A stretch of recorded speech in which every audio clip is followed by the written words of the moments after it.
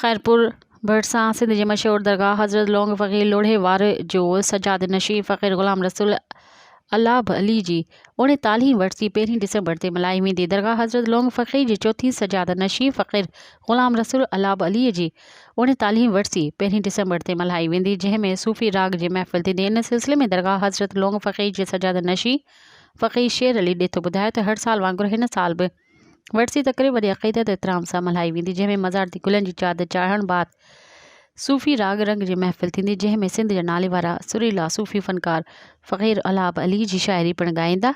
2 तारीख़ छंछरु ते सुबुह जो दुआ थींदी। मज़ीद ख़बरनि ऐं तफ़सीलात लाइ विज़िट कयो असांजी वेबसाइट www.awamiNewsHD.com ऐं ॾिसंदा रहो अवामी न्यूज़ HD।